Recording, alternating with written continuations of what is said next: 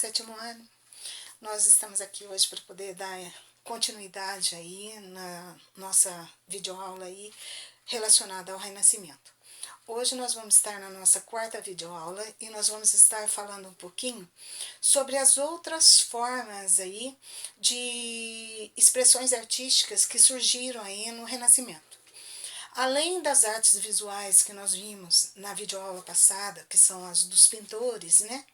Nós vamos ver agora como que se deu as outras expressões artísticas aí, como o teatro, a dança e a música. Nós já falamos que as quatro formas aí da linguagem artística ser expressada, ela é expressada através do quê? Das artes visuais aí, em que estão o quê? Os desenhos, as pinturas, esculturas. Depois, no teatro, na dança e na música.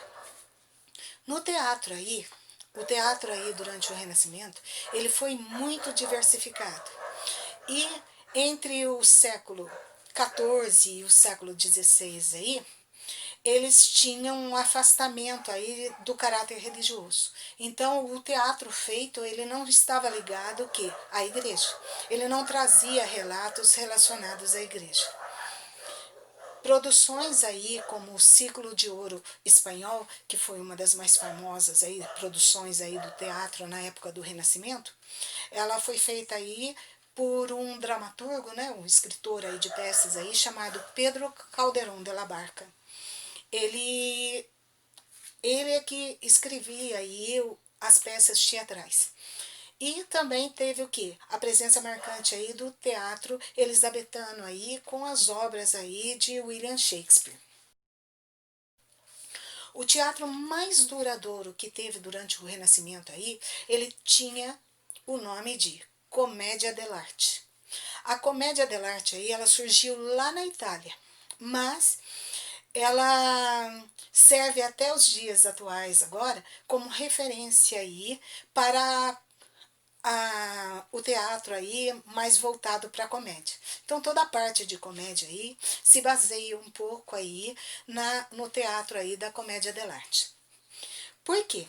Por causa das riquezas aí dos personagens que aparecem na comédia dell'arte e também por causa da técnica o quê? Do improviso que eles têm ali na hora em que estão os personagens aí atuando. Então eles têm liberdade aí de se expressar.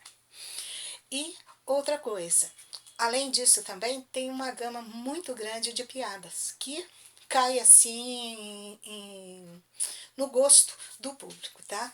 Os personagens aí que vão aparecer nessa comédia dell'arte aí são Brighella, que é o quê?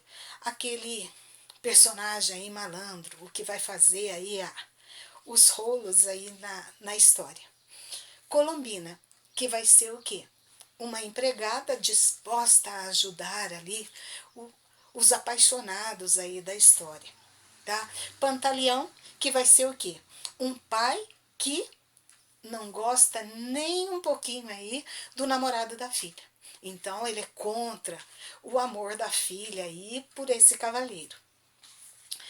Outra aí que vai aparecer é o doutor, que é aquele, sabe aquele meio sabedor de todas as coisas, então ele é entendido de todas as coisas. E vai aparecer também o outro personagem que é o Polichinelo. O Polichinelo vai ser aquele confidente, que as pessoas vão chegar, vão contar suas histórias para ele, e ele vai tentar ali ajudar esses personagens.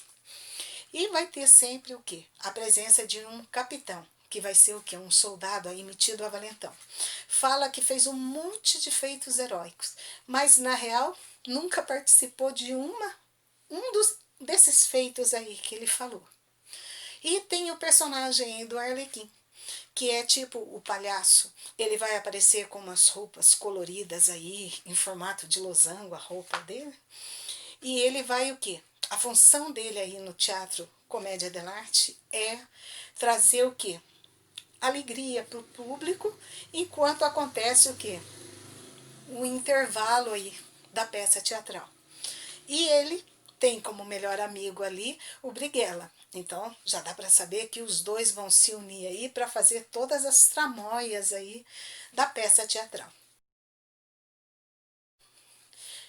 Na dança, pessoal, A dança, nessa época do Renascimento, ela era proibida pela igreja, porque qualquer forma de expressão corporal ia contra os ensinamentos da igreja.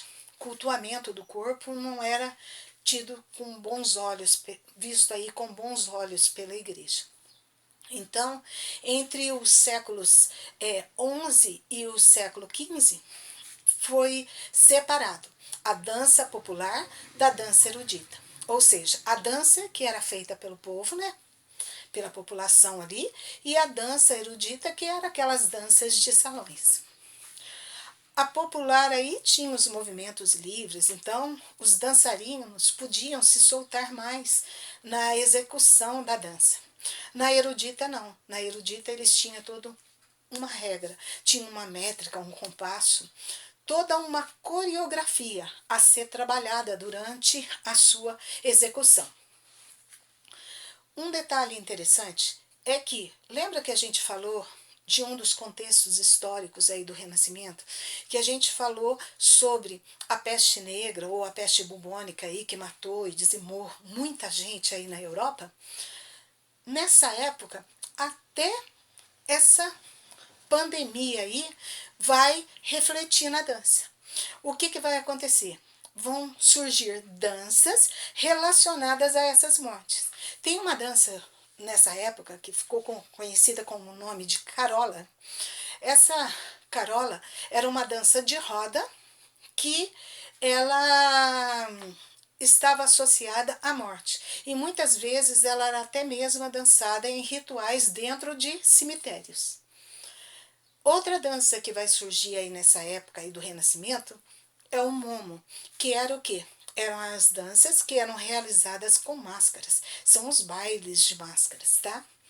Outra coisa que vai surgir também é uma outra dança chamada galharda.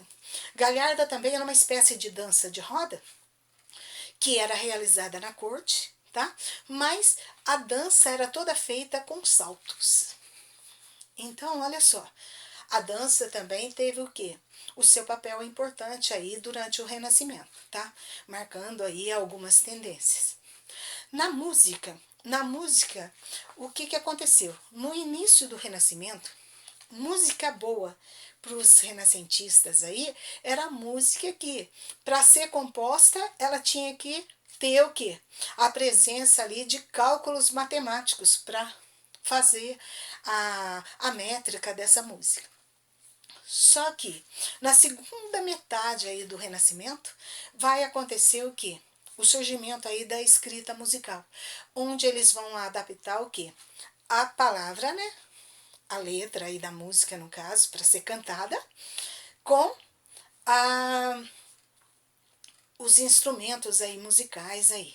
Então, olha só, eles vão associar o quê? A palavra e a música. E aí, o que eles vão fazer? Eles vão fazer a criação aí de uma técnica que ficou conhecida como técnica da polifonia, que é o quê? O uso de duas ou mais vozes aí para cantar. Só que nessa parte aí da técnica da polifonia não se utiliza instrumentais. Então, toda a parte musical é feita através da voz, tá? É o surgimento aí dos corais.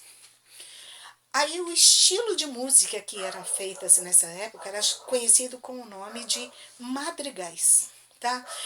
Eram músicas que exaltavam aí a beleza feminina, mas sem a presença aí dos acordes aí dos instrumentos. Alguns compositores vão se destacar aí, que é Adrian Villaart, Cipriano de Rore, Giovanni da Palestrina e Roland de Lassus.